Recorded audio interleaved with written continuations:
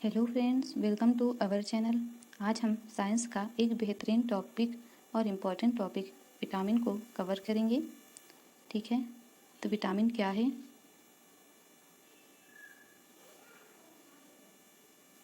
Vitamin क्या है? Vitamin के कितने प्रकार हैं? बी कॉम्प्लेक्स क्या है? विटामिन क्यों आवश्यक है? और विटामिनों की कमी से कौन कौन से रोग होते हैं? वह इसकी पूर्ति शरीर में कैसे करें? विटामिनों के कौन कौन से स्रोत हैं? इन सभी टॉपिक को आज हम कवर करेंगे। तो ये क्लास आपके एग्ज़ाम के पॉइंट ऑफ व्यू से बहुत ही इम्पॉर्टेंट है, इसलिए क्लास के लास्ट तक बने रहें। ठीक है, शुरू करते हैं आज की क्लास। विटामिन क्या है?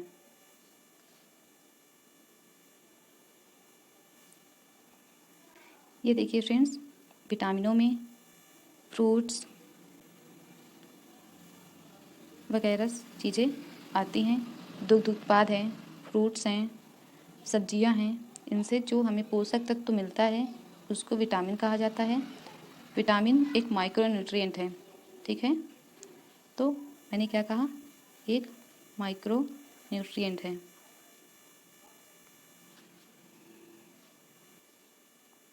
विटामिन एक माइक्रोन्यूट्रिएंट है। माइक्रोन्यूट्रिएंट दो शब्दों से मिलकर बना है, माइक्रो और न्यूट्रिएंट, जिसमें माइक्रो का अर्थ है सूक्ष्म और न्यूट्रिएंट का अर्थ है पोषक तत्व। यानी वे पोषक तत्व जो हमारे शरीर के लिए सूक्ष्म यानी कम मात्रा में आवश्यक होते हैं, माइक्रोन्यूट्रिएंट कहलाते हैं। सवाल ये उठता है कि ये पोषक तत्व क्या हैं? ठीक है फ्रेंड्स, पोषक तत्व ये देखिए फ्रेंड्स, चित्र में कुछ अंडे हैं, फल हैं, सब्जियां हैं। ठीक है, तो इन सब से जो हमें हमारे शरीर के लिए आवश्यक हैं, जिनसे शरीर की वृद्धि होती है, जिनसे हमें ऊर्जा मिलती है, वे सभी तत्व जो हम खाते हैं और जिनसे हमें एनर्जी प्राप्त होती है, सभी तत्व न्यूट्रिएंट कहलाते हैं। ठीक है, न्यूट्रिएंट पोषक तत्व वे पदार्थ हैं जो शरीर को स्वस्थ रहने और ठीक से काम करने के लिए आवश्यक होती हैं। ठीक है, ये पदार्थ भोजन से प्राप्त होते हैं और शरीर को ऊर्जा प्रदान करते हैं, शरीर के ऊतकों का निर्माण करते हैं और शरीर की विभिन्न क्रियाओं को नियंत्रित करते हैं। पोषक तत्व उन पदार्थों को कहा जाता है जो शरीर को स्वस्थ रखने में हेल्प करते हैं। ठीक है, टाइप्स ऑफ न्यूट्रिएंट देखते हैं। तो न्यूट्रिएंट के कितने प्रकार हैं, यानी पोषक तत्व के प्रकार, तो ये दो तरह के होते हैं। ठीक है, कौन कौन से? तो ये है माइक्रोन्यूट्रिएंट और दूसरा है माइक्रोन्यूट्रिएंट। ठीक है फ्रेंड्स, माइक्रोन्यूट्रिएंट को ये दो शब्दों से मिलकर बना है, माइक्रो और न्यूट्रिएंट। माइक्रो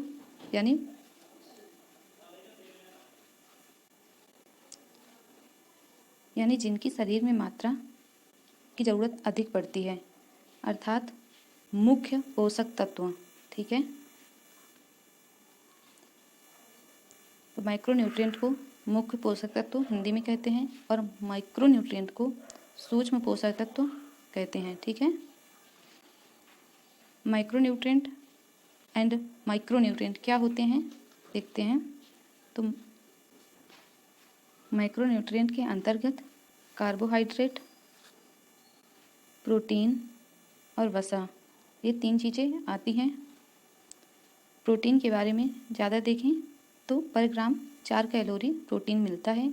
ये अमीनो एसिड का बना होता है और ये टिश्यू यानी ऊतकों और मसल्स यानी मांसपेशियों को बनाने में हेल्प करता है। देखा जाए कार्बोहाइड्रेट के बारे में तो ये पर ग्राम 4 कैलोरी ऊर्जा देता है। ये स्टार्च, फाइबर और शुगर से बनता है और ऊर्जा का मुख्य स्रोत है। सवाल आपसे एग्जाम में ये बनेगा, ऊर्जा का मुख्य स्रोत क्या है? तो कार्बोहाइड्रेट ऊर्जा का मुख्य स्रोत है। देखते हैं फैट के बारे में, तो फैट पर ग्राम 9 कैलोरी ऊर्जा देता है। ठीक है, और ये फैटी एसिड का बना होता है। ठीक है फ्रेंड्स, नेक्स्ट देखते हैं। माइक्रोन्यूट्रिएंट के अंतर्गत आपसे एग्जाम में पूछा जाएगा कि कौन कौन से पोषक तत्व आते हैं, यानी आपको दे दिया जाएगा कि नाइट्रोजन माइक्रोन्यूट्रिएंट है या माइक्रोन्यूट्रिएंट? तो आपको बताना है कि नाइट्रोजन माइक्रोन्यूट्रिएंट है, ठीक है। या आपसे बोल दिया गया कैल्शियम माइक्रोन्यूट्रिएंट है या माइक्रो, तो आपको बताना है माइक्रोन्यूट्रिएंट, यानी मुख्य पोषक तत्व है कैल्शियम।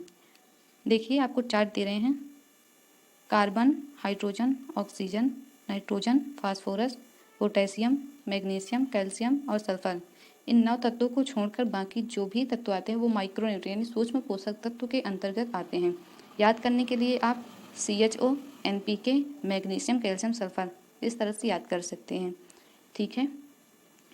नेक्स्ट देखते हैं, अब बात करेंगे माइक्रोन्यूट्रिएंट की, ठीक है। तो माइक्रोन्यूट्रिएंट के अंतर्गत क्या क्या चीज़ें आती हैं? तो मिनरल्स और विटामिन्स माइक्रोन्यूट्रिएंट के अंतर्गत आते हैं। जैसा कि मैंने बताया कि माइक्रोन्यूट्रिएंट को सूक्ष्म पोषक तत्व कहा जाता है, ठीक है। मिनरल्स यानी खनिज और विटामिन, आप लोगों ने देखा कि न्यूट्रिएंट 2 प्रकार के होते हैं, ठीक है। और न्यूट्रिएंट 2 प्रकार के, एक होता है माइक्रोन्यूट्रिएंट और एक होता है माइक्रोन्यूट्रिएंट, ठीक है। सूक्ष्म पोषक तत्व और सूक्ष्म पोषक तत्व और मुख्य पोषक तत्व। मुख्य पोषक तत्वों के अंतर्गत आप लोगों ने देखा कि 3 चीज़ें आती हैं, कार्बोहाइड्रेट, प्रोटीन और फैट, ठीक है। और माइक्रोन्यूट्रिएंट के अंतर्गत 2 चीज़ें, मिनरल्स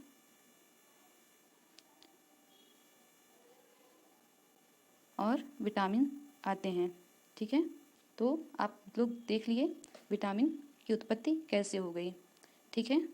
नेक्स्ट देखते हैं विटामिन क्या है, जो हमारा इम्पोर्टेंट टॉपिक है और जिसके लिए आप लोग इस वीडियो में आए हैं। विटामिन क्या है? विटामिन भोजन के अवयव हैं जिनकी सहायता से सभी जीवों को अल्प मात्रा में आवश्यकता होती है। यानी विटामिन भोजन के वे अवयव हैं जिनकी सभी जीवों में अल्प मात्रा में आवश्यकता होती है, यानी सूक्ष्म मात्रा में आवश्यक होती है, इसलिए इसी को सूक्ष्म पोषक तत्व या माइक्रोन्यूट्रिएंट कहा जाता है, ठीक है। विटामिन उस यौगिक को कहा जाता है जो शरीर द्वारा पर्याप्त मात्रा में ऊर्जा उत्पन्न नहीं किया जा सकता, बल्कि भोजन के रूप में लेना आवश्यक है। विटामिन कार्बनिक यौगिक होते हैं जिनकी हमारे आहार में कम मात्रा में आवश्यकता होती है, लेकिन उनकी कमी से विशिष्ट बीमारियां होती हैं, ठीक है। तो इसकी मात्रा शरीर में कम की आवश्यकता होती है, लेकिन यदि इनकी कमी हो जाए तो विशिष्ट बीमारियां हो जाती हैं, ठीक है। विटामिन की खोज किसने की?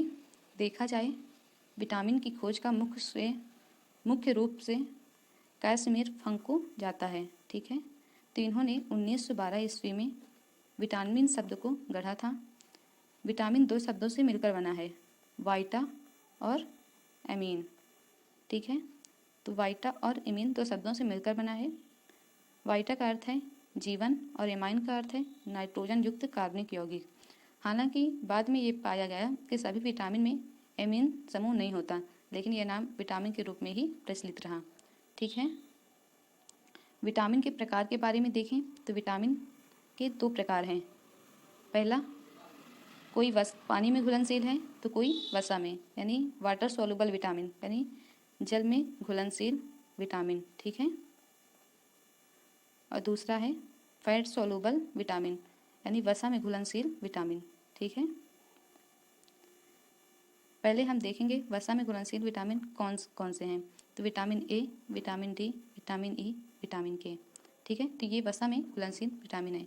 इसको हम कीड़ा के नाम से भी याद कर सकते हैं, vitamin K, E, vitamin D, vitamin A, ठीक है। वाटर सोलुबल विटामिन में देखा जाए तो विटामिन बी कॉम्प्लेक्स और vitamin C water soluble vitamin में आते हैं, ठीक है। विटामिन से जुड़े अन्य तथ्य क्या क्या चीज़ें हैं? वसा में घुलनशील vitamin, vitamin A, vitamin D, vitamin E और विटामिन के मुख्य रूप से लीवर यानी यकृत और वसा ऊतकों में जमा होते हैं, ठीक है। जबकि पानी में घुलनशील विटामिन, विटामिन बी और विटामिन सी शरीर में जमा नहीं होते और अतिरिक्त मात्रा मूत्र के माध्यम से निकल जाती है। यानी जितनी हमारे शरीर के लिए आवश्यक है सिर्फ उतनी ही शरीर में रहेगी, अतिरिक्त मात्रा मूत्र के माध्यम से निकल जाती है, ठीक है। नेक्स्ट देखते हैं विटामिन ए। विटामिन ए का रासायनिक नाम रेटिनॉल है, ठीक है। रेटिनॉल यानी विटामिन ए को याद कैसे करेंगे, तो ये आँखों के लिए आँखों को स्वस्थ रखने में मदद करता है, ठीक है। तो आँखों में पाई जाती है रेटिना और वहाँ से हम याद कर सकते हैं कि विटामिन ए का रासायनिक नाम रेटिनॉल है, ठीक है। तो विटामिन ए एक वसा में घुलनशील विटामिन है। विटामिन ए प्रतिरक्षा प्रणाली और आँखों को स्वस्थ रखने में मदद करता है, ठीक है। विटामिन ए के स्रोतों और डिफिशियंट यानी कमी के कारण होने वाले रोग कौन कौन से हैं, तो यहाँ से देखेंगे कि नाइट ब्लाइंडनेस, जीरोप्थैल्मिया, केराटिनाइजेशन और इसके सोर्स कौन कौन से हैं, तो ये है मेन सोर्स गाजर, कॉड लीवर ऑयल, ब्रोकली, दुग्ध उत्पाद, लीवर, एग्स, स्वीट पोटैटो, ये सारी चीज़ें, पालक, ये सारी चीज़ें आती हैं, पपीता। विटामिन ए की कमी से दृष्टि हानि और अंधापन हो सकता है, ठीक है। तो विटामिन ए की कमी से मुख्य रूप से रतौंधी यानी रात में जिनको कम दिखाई देता है, और जीरोप्थैल्मिया यानी आँखों में सूखापन, और केराटोमलेशिया इसमें कॉर्निया की समस्याएं दिखाई देती हैं। ये 3 बीमारियां होती हैं, तो आप लोग को ध्यान रखना है, रतौंधी, जीरोप्थैल्मिया और केराटोमलेशिया, ठीक है। देखिए जिन लोग को रतौंधी हो जाती है,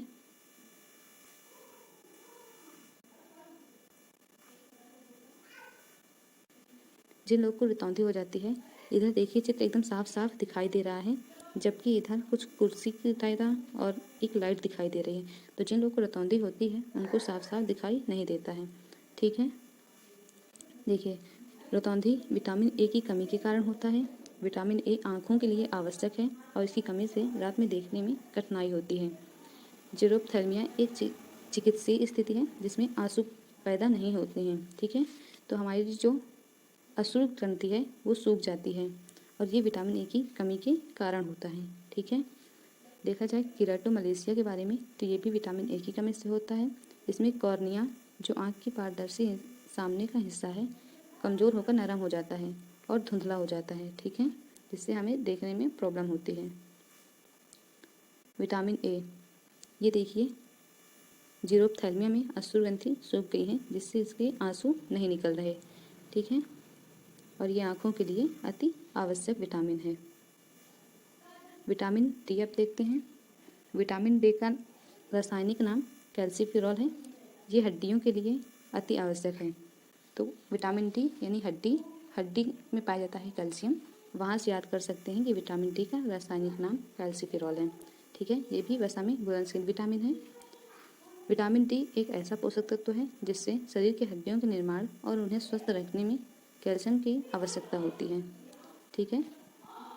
विटामिन डी हमें प्राप्त कहाँ से होता है, तो यह हमें सूर्य से प्राप्त होता है। इसलिए विटामिन डी को सनशाइन विटामिन भी कहा जाता है, ठीक है, क्योंकि ये सूर्य के प्रकाश के संपर्क में आने पर त्वचा में बनता है। जब आपकी त्वचा सूर्य के प्रकाश में यूवीबी किरणों के संपर्क में आती है तो यह विटामिन डी का उत्पादन करती है।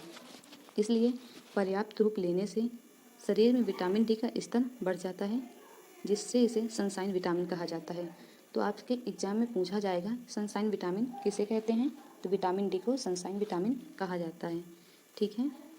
ये देखिए सूर्य का प्रकाश सुबह सुबह ले रहा है तो इसमें विटामिन डी की कमी नहीं होगी, ठीक है। इसके अलावा एग्स, चीज़, सैल्मन, सनलाइट, मशरूम और दुग्ध उत्पाद में पाया जाता है। यानी दुग्ध उत्पाद पनीर, अंडे, यकृत, सूर्य का प्रकाश और मशरूम में विटामिन डी पाया जाता है।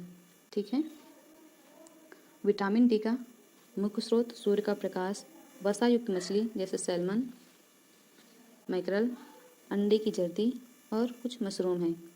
इसके अतिरिक्त कुछ खाद्य पदार्थ जैसे दूध, अनाज और संतरे का जूस विटामिन डी से भरपूर होते हैं। विटामिन डी की कमी से कौन कौन से रोग होते हैं तो उसके बारे में जानेंगे। विटामिन डी की कमी से बच्चों में रिकेट्स और वयस्कों में ऑस्टियोमलेशिया होता है। ठीक है। तो रिकेट्स में हड्डियाँ टेढ़ी मेढ़ी हो जाती हैं, ये बच्चों में होता है। वहीं हड्डियाँ यदि वयस्कों में टेढ़ी हो जाएं तो उसको ऑस्टियोमलेशिया कहते हैं। इसके अलावा ऑस्टियोपोरोसिस रोग होता है। इसमें क्या होता है कि हड्डी से कैल्शियम निकल कर ब्लड में मिलता जाता है, जिससे हड्डियों में छिद्र हो जाते हैं और हड्डियां कमज़ोर हो जाती हैं, जिससे व्यक्ति को अगर हल्का सा धक्का भी मार दिया जाए तो उसकी हड्डी टूट जाएंगी। ठीक है। तो हड्डियों का कमज़ोर होना होता है। देखिए, रिकेट्स बच्चों में होने वाली बीमारी है। इसमें हड्डियां नरम होकर कमज़ोर हो जाती हैं, जिससे धनुषाकार पैर या घुटने टेकना जैसी समस्याएं उत्पन्न हो जाती हैं। ठीक है। ये देखिए, बच्चों में पैर टेढ़े हो गए हैं। ये देखिए, ये है रिकेट्स। ठीक है। यदि ऐसे ही टेढ़े पैर वयस्कों में हो जाएं तो उसको ऑस्टियोमलेशिया कहते हैं। ठीक है। तो ऑस्टियोमलेशिया वयस्कों में होने वाली बीमारी है। इसमें हड्डियां नरम और कमज़ोर हो जाती हैं, जिससे हड्डियां और मांसपेशियों में दर्द रहता है। ठीक है। ऑस्टियोपोरोसिस एक ऐसी स्थिति है जिसमें हड्डियां कमज़ोर और भंगुर हो जाते हैं, जिससे फ्रैक्चर का खतरा बढ़ जाता है। जैसे कि मैंने पहले बताया, मान लो ये तुम्हारी हड्डी है, हड्डी के बाद ये ब्लड बह रहा है, तो इसमें से कैल्शियम निकल कर इन ब्लड में मिल जाएगी और ये इनमें छिद्र हो जाएगा, यानी हड्डियों में छिद्र हो जाएगा, जिससे व्यक्ति अगर हल्का सा भी गिर जाए तो उसकी हड्डियां टूटने का खतरा यानी फ्रैक्चर का खतरा बढ़ जाता है। ठीक है। ये देखिए, ऑस्टियोपोरोसिस में ये नॉर्मल हड्डी है, हेल्दी बोन। जब ऑस्टियोपोरोसिस हो जाता है तो इसमें हड्डियों से कैल्शियम निकल कर ब्लड में मिल जाता है, जिससे इनमें छिद्र हो जाता है। ठीक है। रिकेट्स में नॉर्मल हड्डी ऐसी होती है, लेकिन रिकेट्स में ये हड्डियाँ टेढ़ी हो जाती हैं। ठीक है। Vitamin E. विटामिन ई का रासायनिक नाम टोकोफेरॉल है। याद कैसे करें? तो विटामिन ई को ब्यूटी विटामिन भी कहा जाता है। मान लो कोई छोटा सा बेबी है और वो बहुत सुंदर है, ठीक है, यानी उसके पास ब्यूटी है, तो हम उससे ये बोलेंगे ना कि उसको मत टोको। तो यहाँ से हम याद कर सकते हैं कि विटामिन ए का रासायनिक नाम टोकोफेरॉल है। ठीक है। और विटामिन ई वसा में घुलनशील विटामिन है। ठीक है। तो ये भी आपको ध्यान रखना है। मैंने पहले बताया विटामिन ई को ब्यूटी विटामिन कहा जाता है। तो आपसे एग्जाम में पूछेगा किस विटामिन को ब्यूटी विटामिन कहा जाता है, तो विटामिन ई इसका सही जवाब होगा। ठीक है। विटामिन ए एक शक्तिशाली एंटीऑक्सीडेंट है जो शरीर की त्वचा की रक्षा करता है, उसे हाइड्रेट करता है और त्वचा की मरम्मत में मदद करता है। ठीक है। इसकी कमी से क्या क्या होता है? इसकी कमी से मांसपेशियों में कमजोरी, तंत्रिका तंत्र यानी ब्रेन में पाया जाता है तंत्रिका तंत्र, तो ब्रेन की समस्याएं और प्रजनन क्षमता में कमी होती है। ठीक है। प्रजनन क्षमता में कमी या बांझपन रोग आ जाए किस विटामिन की कमी से होता है? इसका सही जवाब होगा विटामिन ई। ठीक है फ्रेंड्स। विटामिन ई पाया कहाँ जाता है? तो यह मुख्य रूप से वनस्पतिक तेलों में पाया जाता है, जैसे कि सूरजमुखी का तेल, सोयाबीन का तेल, मक्के का तेल। इसके अलावा ये हरी पत्तेदार सब्जियों, अनाज और कुछ फलों में पाया जाता है। ठीक है। तो हरी पत्तेदार सब्जियां बहुत ही ज़्यादा इम्पॉर्टेंट हैं विटामिन ई के लिए। ठीक है। ये देखिए, कीवी है, ऑलिव ऑयल है, ब्रोकली, एवोकाडो, सनफ्लावर सीड्स, अनार के बीज यानी अनार, सारी विटामिन सी के महत्वपूर्ण स्रोत हैं। ठीक है। आप लोग तो ये कैप्सूल भी यूज करते होंगे अपने चेहरे में लगाने के लिए, यानी कि हमारा चेहरा ग्लो करेगा। विटामिन ई इसलिए लगाते हैं ना, तो इससे बेहतर है कि आप नेचुरल चीज़ें खाइए, नेचुरल ब्यूटी पाइए, है ना। चलिए ठीक है। नेक्स्ट देखते हैं, विटामिन ई को प्रजनन विटामिन या रिप्रोडक्टिव विटामिन कहा जाता है, खासकर पुरुषों में, क्योंकि यह शुक्राणु की गुणवत्ता और गतिशीलता के सुधार में मदद करता है। महिलाओं में यह अंडाशय और गर्भाशय के स्वास्थ्य के लिए महत्वपूर्ण होता है। तो विटामिन ई पुरुष और महिला दोनों के लिए काफ़ी इम्पोर्टेंट है, शरीर के लिए काफ़ी इम्पोर्टेंट है। ठीक है, देखा जाए विटामिन के का रासायनिक नाम फाइलोक्विनोन है। ये भी वसा में घुलनशील विटामिन है। ठीक है, तो आप लोग को याद रखना है क्योंकि एग्जाम में बहुत सारे विटामिनों के रासायनिक नाम पूछे जाते हैं। तो विटामिन के का रासायनिक नाम फाइलोक्विनोन है, ये आप लोग को ध्यान रखना है। ठीक है, विटामिन के किस में पाया जाता है? तो विटामिन के मुख्य रूप से हरी पत्तेदार सब्जियों जैसे पालक, केला, ब्रोकली, पत्ता गोभी और वनस्पति तेल और कुछ पशु उत्पाद जैसे कि अंडा, पनीर और डेयरी उत्पाद हैं। ठीक है, विटामिन के किस लिए आवश्यक है? तो ये रक्त का थक्का जमाने और हड्डियों के लिए आवश्यक है। मुख्य रूप से अगर पूछा जाएगा तो आप लोग को रक्त का थक्का जमाने में विटामिन के आवश्यक है, ये बताना है। ठीक है, विटामिन के 2 प्रकार के होते हैं। ठीक है, विटामिन K1 और विटामिन K2। विटामिन के का रासायनिक नाम फाइलोक्विनोन है और विटामिन K2 का मीनाक्विनोन। ठीक है, विटामिन K1 हरे पत्तेदार सब्जियों और वनस्पति तेलों में पाया जाता है और विटामिन के आंतों की बैक्टीरिया इंटेस्टाइन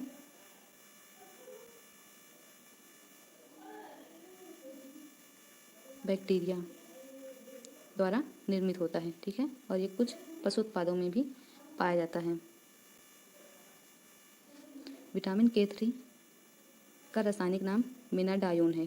ठीक है, और विटामिन के एक सिंथेटिक रूप विटामिन K3 है, यानी जैसे कि दही। ठीक है, नेक्स्ट देखते हैं। ये देखिए, विटामिन के 3 फॉर्म फाइलोक्विनोन, K2 का मीनाक्विनोन और K3 का सिंथेटिक वेरिएंट है। विटामिन K3 जिसे बोलते हैं मीनाडायोन। ठीक है, विटामिन K1 ग्रीन वेजिटेबल्स में, विटामिन K2 इंटेस्टाइन बैक्टीरिया है और विटामिन K3 ये कार्डनेटो में पाया जाता है। ठीक है, देखा जाए विटामिन सी के बारे में तो विटामिन सी इसका रासायनिक नाम एस्कॉर्बिक एसिड है और ये पानी में घुलनशील विटामिन है। ठीक है, उसके पहले आप लोग देख लीजिए।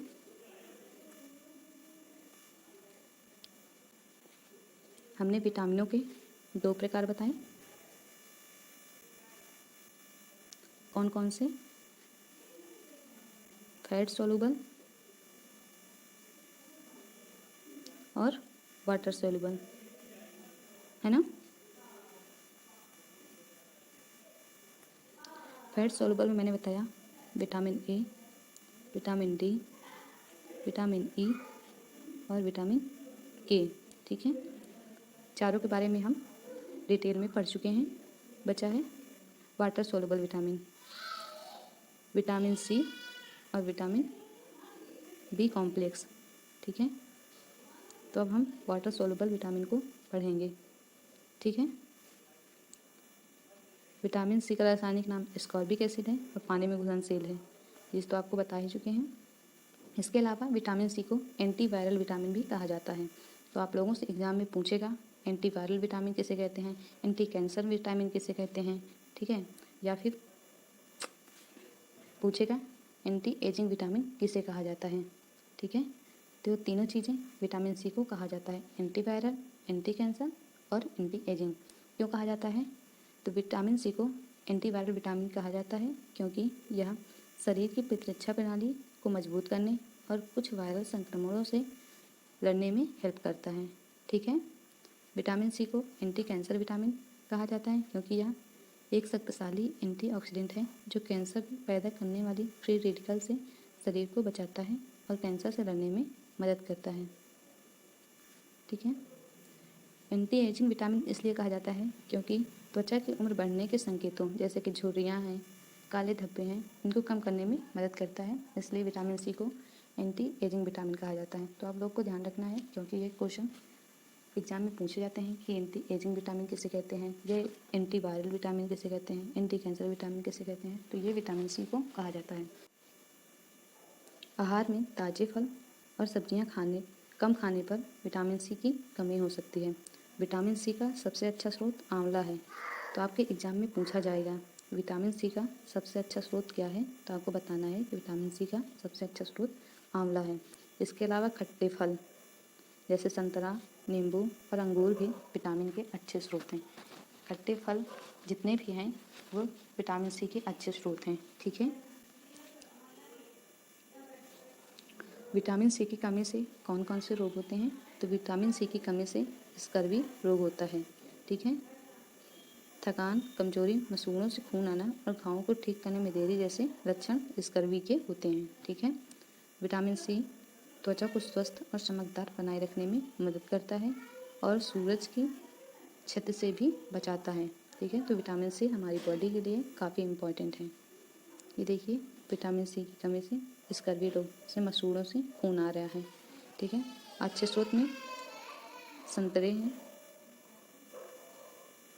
अमरूद, कीवी, केले, सारी चीज़ें आती हैं। ठीक है।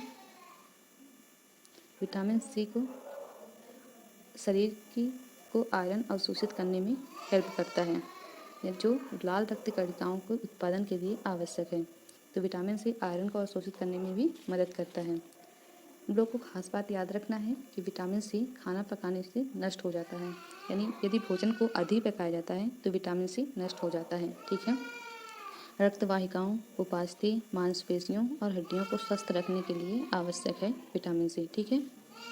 विटामिन बी कॉम्प्लेक्स को देखा जाए तो इसके अंतर्गत कितने विटामिन आते हैं, तो विटामिन बी के 8 रूप यानी vitamin B1, vitamin B2, vitamin B3, vitamin B5, vitamin B6, vitamin B7, vitamin B9 और विटामिन B12 8 आते हैं बी कॉम्प्लेक्स के अंतर्गत। ठीक है। तो आप लोगों को ध्यान रखना है, क्योंकि एग्जाम में पूछा जाता है कि विटामिन बी कॉम्प्लेक्स में कितने विटामिन आते हैं, तो इसका सही जवाब होगा 8 विटामिन। ठीक है। विटामिन B1 का रासायनिक नाम थायमीन है। विटामिन B2 का riboflavin, B3 niacin, B5 pantothenic acid, B6 pyridoxine, B7 biotin, B9 folate acid और B12 कोबालामिन। ठीक है। विटामिन B1 से थायमीन कहा जाता है, अर्थात इसका रासायनिक नाम थायमीन है। पानी में घुलनशील विटामिन है। स्रोतों में देखा जाए तो सूखा खमीर, साबुत अनाज, फलियां, नट्स, बीज, सुअर का मांस, लीवर, फोर्टिफाइड अनाज, फल, सब्जियां इत्यादि चीज़ें आती हैं। कमी से विटामिन B1 की कमी से कौन कौन से रोग होते हैं, तो बेरी नामक रोग होता है। विटामिन B1 ना लिखकर केवल विटामिन बी लिख कर आए कि विटामिन बी से कौन सा रोग होता है, तो वो बेरी रोग होगा। ठीक है। बेरी रोग में क्या होता है, ये ब्रेन और हार्ट को प्रभावित करता है।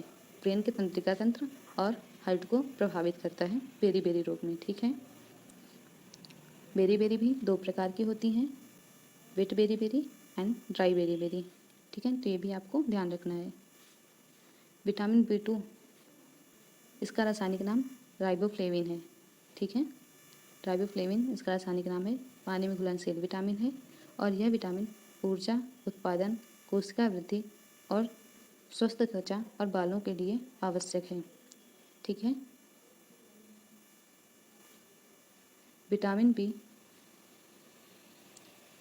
कहाँ पाया जाता है, तो प्राकृतिक रूप में कई पदार्थों में पाया जाता है, जैसे डेयरी उत्पाद, दूध, दही, पनीर, अंडे, मांस, मछली, हरी पत्तेदार सब्जियां जैसे पालक, ब्रोकली, अनाज, फोर्टिफाइड अनाज, फलियों में मटर, नट्स और बीजों, इन सब में विटामिन B2 पाया जाता है। ठीक है। ये अंडे और दुग्ध उत्पाद। विटामिन B2 को पीला एंजाइम या वारबर्ग पीला एंजाइम भी कहा जाता है। तो आपसे लोगों से पूछेगा कि पीला एंजाइम किस विटामिन को कहा जाता है, तो ये इसका सही जवाब होगा विटामिन B2। ठीक है। आहार में विटामिन B2 की अधिकता से मूत्र का रंग पीला हो जाता है। ठीक है। यह विटामिन ऊर्जा उत्पादन, कोशिका वृद्धि, स्वस्थ त्वचा और बालों के लिए आवश्यक है। सह एंजाइम के रूप में कार्य करता है। विटामिन बी कॉम्प्लेक्स के जितने भी विटामिन हैं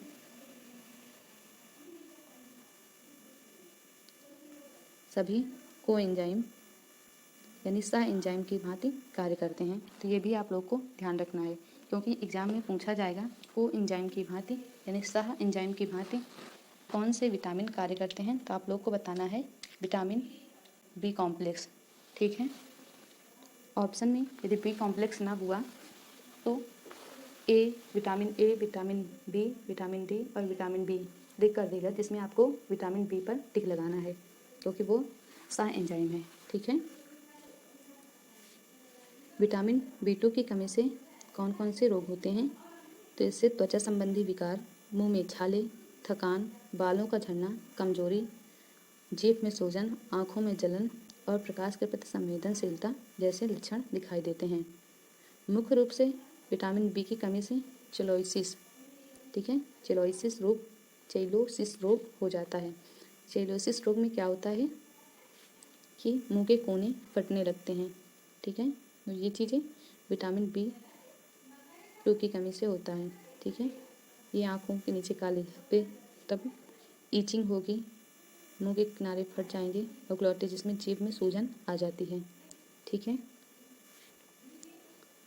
विटामिन B3 रासायनिक नाम इसका नियासिन है, ठीक है। विटामिन B3 का रासायनिक नाम नियासिन है। पानी में घुलनशील विटामिन है, ठीक है।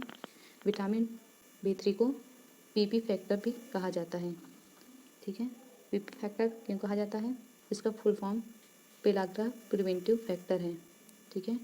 तो पीपी फैक्टर का पूरा नाम है पेलाग्रा प्रिवेंटिव फैक्टर, क्योंकि विटामिन B3 पेलाग्रा नामक बीमारी को रोकने में मदद करता है, ठीक है, जो कि विटामिन B3 की कमी के कारण होता है, इसलिए पीपी फैक्टर विटामिन B3 को कहा जाता है। तो आप लोग को एग्जाम में पूछेगा कि किस विटामिन को पीपी फैक्टर कहा जाता है, तो आप लोग को लगाना है विटामिन B3, ठीक है। कमी से कौन सा रोग होता है, पेलाग्रा नामक बीमारी, ठीक है। इसके लक्षण हैं त्वचा की समस्याएं, जैसे त्वचा में लालिमा, खुजली और फफोले हो जाएंगे। पाचन तंत्र की समस्याएं यानी उल्टी और दस्त होने लगेगी, और तंत्रिका तंत्र से संबंधित समस्याएं जैसे भ्रम, अवसाद, स्मृति हानि यानी भूलने की बीमारी, ये सारी चीज़ें होती हैं, ठीक है। तो विटामिन B3 को डिमेंटिया यानी भूलने की बीमारी, डायरिया यानी दस्त और डर्मेटाइटिस यानी त्वचा में खुजली है, फफोले हैं, ये सारी चीज़ें होने लगती हैं। इसके अलावा मुंह में छाले, वॉमिटिंग यानी उल्टी, इंसोम्निया होता है। डिमेंटिया, डायरिया और डर्मेटाइटिस तीनों डी को मिलाकर विटामिन पेलाग्रा बीमारी को 3D सिंड्रोम भी कहा जाता है, ठीक है। तो ये भी पूछ सकता है 3D सिंड्रोम किस विटामिन की कमी से होता है, तो इसका सही जवाब है विटामिन B3, ठीक है। विटामिन B3 के स्रोतों में देखा जाए तो मांस, मुर्गी, लाल मांस, मछली, अनाजों में साबुत अनाज, फलियां और बीज, अंडे, मूंगफली, खमीर और चोकर, ये सभी विटामिन B3 के स्रोत हैं, ठीक है। विटामिन B3 के स्रोतों में देखिए ब्रोकली है, peanuts, chicken, kidney beans, bell pepper और मशरूम, ठीक है। ये सारी चीज़ें विटामिन B3 के स्रोत हैं। देखा जाए विटामिन B5 के बारे में, तो विटामिन B5 का रासायनिक नाम पेंटोथेनिक एसिड है, ठीक है। जल में घुलनशील विटामिन है और यह ऊर्जा उत्पादन, हार्मोन संश्लेषण, स्वस्थ त्वचा, बाल और नाखून को बनाए रखता है, ठीक है। विटामिन B5 की कमी से क्या क्या होता है, तो इससे सिर दर्द, थकान, मांसपेशियों में ऐंठन और भी कई समस्याएं उत्पन्न होती हैं। यदि विटामिन B की कमी है तो बालों में रोम छिद्र कुपोषित हो जाएंगे, जिससे बाल झड़ने लगते हैं या बालों का विकास धीमा हो जाता है, ठीक है। विटामिन B5 को कमी को रोकने के लिए संतुलित आहार लेना और विटामिन B5 से भरपूर खाद्य पदार्थों का सेवन करना चाहिए। कौन कौन से वे खाद्य पदार्थ हैं, दूध और डेयरी उत्पाद जैसे दूध है, दही है, पनीर है, फलियां, दालें, छोले और मटर, साबुत अनाज जैसे गेहूँ, चावल, जई, मांस और अंडे, फल और सब्जियां, केला, एवोकाडो, संतरा और अमरूद, ये सभी B5 के अच्छे स्रोत हैं, ठीक है। यहाँ देख लीजिए चित्र में chicken liver, avocado, broccoli, tomato, cauliflower, mushroom, sunflower seed, salmon, ठीक है। नेक्स्ट देखते हैं विटामिन B6 विटामिन B6 का रासायनिक नाम पैराडॉक्सिन है। ठीक है, ये भी पानी में घुलनशील विटामिन एंजाइम के रूप में कार्य करता है। विटामिन B6 मानव मस्तिष्क विकास और तंत्रिका तंत्र एवं प्रतिरक्षा प्रणाली को स्वस्थ रखने के लिए महत्वपूर्ण है। विटामिन B6 की कमी से त्वचा में सूजन, डर्मेटाइटिस हो जाता है, जिसमें लाल, चिकने, पपड़ेदार दरूरे पड़ जाते हैं। हाथों और पैर में सुन्नपन और चुभन महसूस हो सकते हैं, जैसे पिन और सुई के चुभने जैसी। ठीक है, विटामिन B6 की कमी से ये देखिए इस आदमी के शरीर में लाल चकत्ते पड़े हुए हैं, ये विटामिन B6 से ग्रसित व्यक्ति है। ठीक है, नेक्स्ट विटामिन B6 के स्रोतों में देखा जाए तो ये मुर्गी, मछली, आलू, छोले, केले और फोर्टिफाइड अनाज, सोयाबीन, आलू, पालक, शकरकंद, संतरा, अनानास, गेहूं के बीज, जई, सूरजमुखी के बीज, मूंगफली, दूध इत्यादि खाद्य पदार्थों में विटामिन B6 पाया जाता है। ठीक है, जैसा कि चित्र में दिखाया गया है।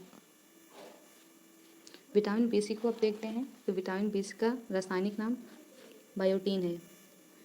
ये जल में घुलनशील विटामिन है और इसको विटामिन H भी कहा जाता है। एग्जाम में पूछा जाएगा विटामिन H किसे कहते हैं, तो आप लोग को बताना है कि विटामिन B7 को विटामिन H कहा जाता है।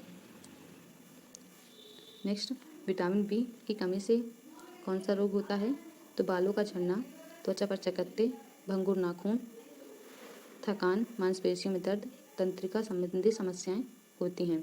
बायोटीन की कमी के लक्षणों में बालों का पतला होना, पपड़ीदार दाने, नेत्र से शिमला शोथ आदि समस्याएं उत्पन्न होती हैं। ठीक है, स्रोतों की बात करें तो इसमें अंडे, विशेष रूप से अंडे की जर्दी, मांस जिसमें सुअर का मांस, सैल्मन, नट्स और बीज जिनमें मूंगफली और सूरजमुखी के बीज, साबुत अनाज, दूध और सब्जियां, मशरूम, फूलगोभी, एवोकाडो शामिल हैं। तो ये सारी चीज़ें विटामिन B7 के अच्छे स्रोत हैं। ठीक है, बायोटीन यानी विटामिन B7 वसा और अमीनो एसिड के उपापचय में हेल्प करता है। ठीक है, तो ये भी आप लोग को ध्यान रखना है।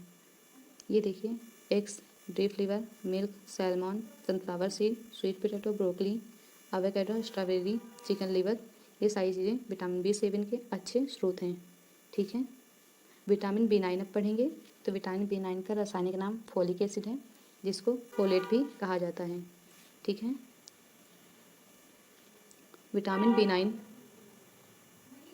फोलिक एसिड का एक महत्वपूर्ण स्रोत है और यह शरीर में DNA संश्लेषण और कोशिका विभाजन के लिए आवश्यक है। विटामिन B9 DNA संश्लेषण और कोशिका विभाजन के लिए आवश्यक है। गर्भावस्था के दौरान ये भ्रूण के विकास के लिए भी विशेष रूप से आवश्यक या महत्वपूर्ण भूमिका निभाता है। ठीक है, लाल रक्त कोशिकाओं के उत्पादन के लिए भी विटामिन B9 अत्यंत आवश्यक है। जब विटामिन 9 की कमी होती है तो लाल रक्त कोशिकाएं सामान्य से बड़ी, अनियमित आकार की हो जाती हैं, जिससे इनकी संख्या में कमी हो जाती है। इसी स्थिति को मेगालोब्लास्टिक एनीमिया कहते हैं। ठीक है, जिसमें शरीर में पर्याप्त ऑक्सीजन ले जाने के लिए पर्याप्त रक्त कोशिकाएं नहीं रहती हैं, जिससे थकान, कमजोरी और सांस लेने में तकलीफ होगी। ठीक है,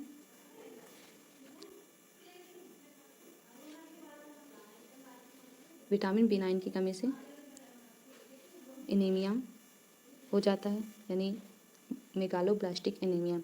मेगालोब्लास्टिक एनीमिया में मैंने क्या बताया कि इसमें रक्त की कोशिकाएं सामान्य से बड़ी हो जाएंगी, अनियमित आकार की हो जाएंगी, जिससे क्या होता है कि इनकी संख्या में कमी हो जाती है। ठीक है, और ऑक्सीजन बॉडी तक नहीं पहुंच पाता है, जिससे कमजोरी और सांस लेने में तकलीफ होती है। ठीक है, विटामिन B9 की कमी से मुंह में छाले भी हो सकते हैं। ये DNA संश्लेषण और कोशिका विभाजन के लिए आवश्यक है। ठीक है, ये देखिए मुंह में छाले, और ये देखिए नॉर्मल ब्लड सेल से एनीमिया होने पर इतनी कम ब्लड सेल्स बचती हैं। ठीक है,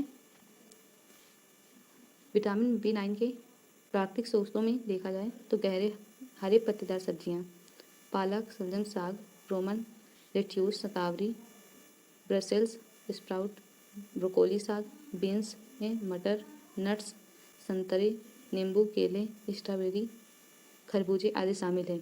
इसके अतिरिक्त फोर्टिफाइड खाद्य पदार्थों में अनाज, ब्रेड और पास्ता भी फोलिक एसिड का अच्छा स्रोत है।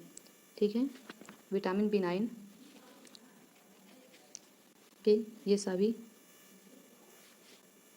स्रोत दिए गए हैं। ठीक है, विटामिन B12 अब पढ़ेंगे। तो विटामिन B12 जिसे कोबालामीन कहा जाता है, यानी विटामिन बी का रासायनिक नाम कोबालामीन है। ठीक है, यह लाल रक्त कोशिकाओं के निर्माण और DNA संश्लेषण, तंत्रिका तंत्र के कार्य और ऊर्जा उत्पादन में महत्वपूर्ण भूमिका निभाता है। यानी विटामिन B12 लाल रक्त कोशिकाओं में हेल्प करता है। ठीक है, विटामिन B12 की कमी से कौन कौन से रोग होते हैं? तो विटामिन B12 की कमी से एनीमिया यानी खून की कमी और मस्तिष्क के तंत्रिका तंत्र से संबंधित समस्याएं उत्पन्न होती हैं। ठीक है, विटामिन B12 की कमी से एनीमिया होता है। एनीमिया कौन सा? मेगालोब्लास्टिक एनीमिया होता है। यह स्थिति होती है जब शरीर में पर्याप्त स्वस्थ लाल कोशिकाएं नहीं बन पाती हैं। ठीक है, तो विटामिन B12 लाल रक्त कोशिकाओं के निर्माण के लिए आवश्यक होता है।